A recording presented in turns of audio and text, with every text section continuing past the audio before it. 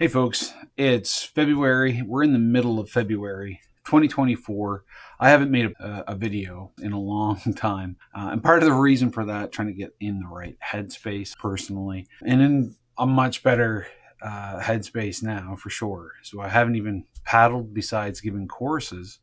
I haven't paddled for myself for probably going on a year, I think.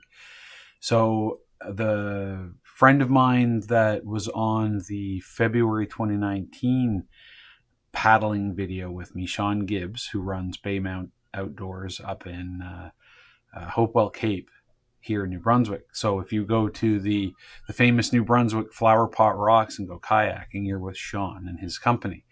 So Shaun went with me the last time we did a cold water paddling video in February 2019. So we were chatting along. He's been going through things and I've been going through things, and thought it'd be a good idea to get out and just clear our heads. And my buddy Frank Postma came along as well.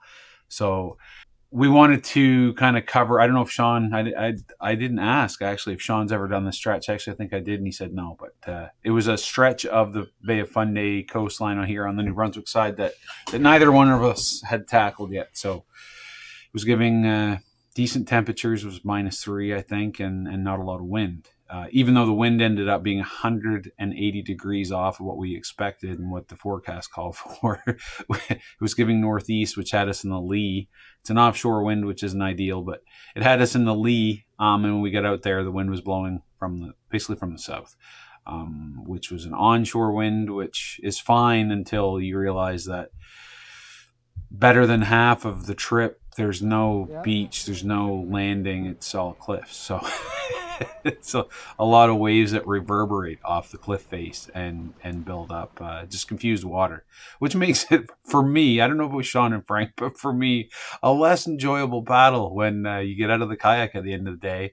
And I was wondering why my legs were so sore. It was because my lower body was tensed up controlling the kayak the whole time, which isn't proper. I should have been relaxed and the boat will do its own thing. But having not been in a kayak for a year, you're less comfortable. So anyway, that that all takes its toll when you're in a kayak for 4 hours paddling. Anyway, so we'll get into the video and discuss it.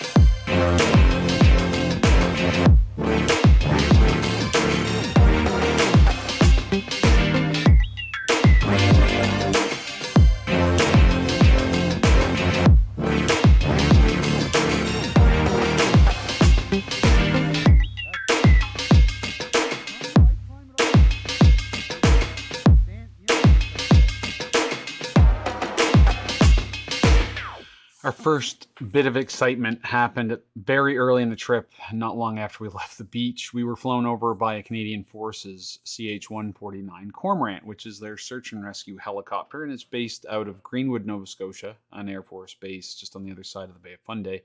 I forget the squadron name, but it's our Atlantic Coast Search and Rescue Squadron, who have C-130 Hercules, the CH-149, and out of that base, I believe, as well, is the CP-140 Aurora Subhunter, which we also saw later on that day when we were back at Mispec at the end of the trip. So they're either doing exercises or hopefully not looking for somebody, but it flew over in front of us, as you're going to see here, and then went inland. Later on in the day, we heard it behind us, so it may have been doing something on the St. John River. Right around that time, I think there was an issue with an ATVer that had gone through the ice as well. And ongoing, when I record this, is a sailboat that was anchored up by Beulah Camp, Browns Flats area, that is sinking, unfortunately, for the guy that owns it. So I may have had something to do with that, not sure. But anyway, on we go. Oh yeah, they've got IR, like a super powerful camera, infrared.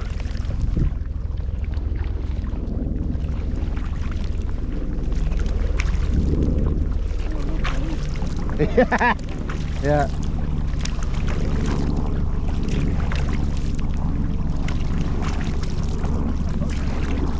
Yep. It's search and rescue. Yeah.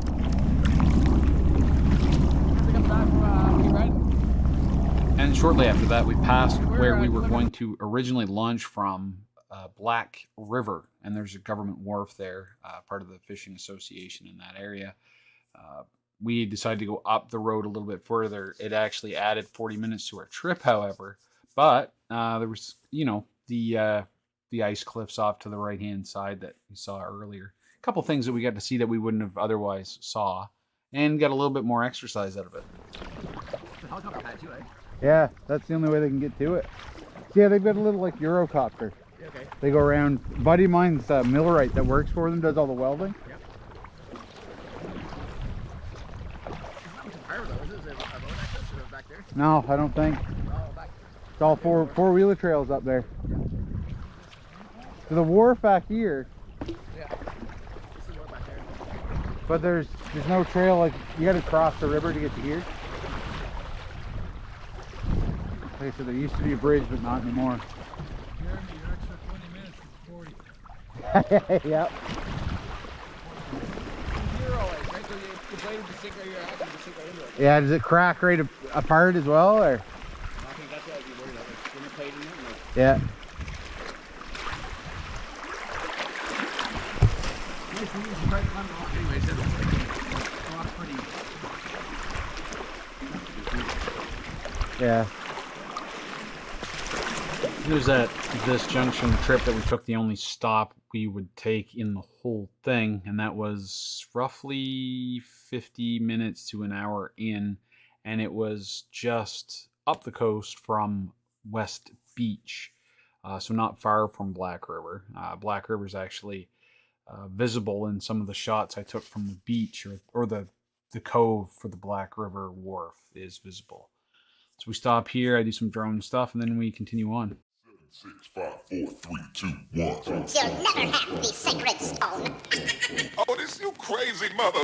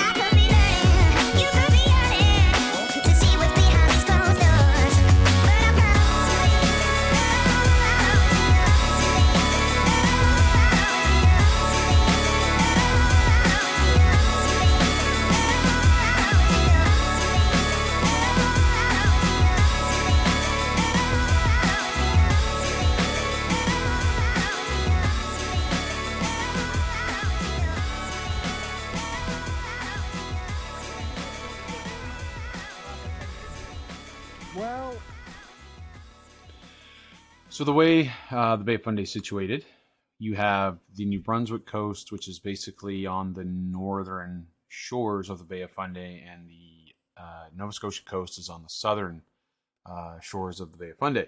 So we had a slight southerly breeze, kind of southwest, which typically brings warmer weather, and that's what we had on this February day. We left at the start of high water. So the water is up as high as it'll go for that particular tide cycle, which is 12 hours, a full cycle. That's 6 hours and 13 minutes from high water to low water. So we left at high water. The current gets the strongest halfway through that drop to the low water mark, which again takes 6 hours, 13 minutes. So roughly 3 hours into the trip, your tidal current is the strongest. And we're going around a few headlands. There's, points that jet out along the way. And that forces the water kind of a little bit out and makes the water a little bit more confused. You can have tidal races where the wind goes against the tide. So where the tide is coming kind of southwest, it gets pushed south against a southerly wind. You have wind against tide, and it makes the water actually stand up a little bit more. And it wasn't super rough out at any point during the day, but when you're trying to go around these points and you have side to waves, it just makes, for me, it makes it less comfortable, both mentally and physically, because whether I like it or not, you should be relaxed when it's rough out so that your boat can kind of roll with the punches sort of thing. But what happens to most of us, and most of us being folks that aren't as experienced, and I count myself in that group because, even the guys that I was paddling with, they're out on the water a lot more than I am. And that increases your comfort when you're in stuff more and more and more. You become more comfortable. I wouldn't say more complacent per se, but comfortable, I think, is a good way of putting it. And you relax more. When you're not relaxed, you tense up because you're trying to control your boat all the time, and you don't really need to.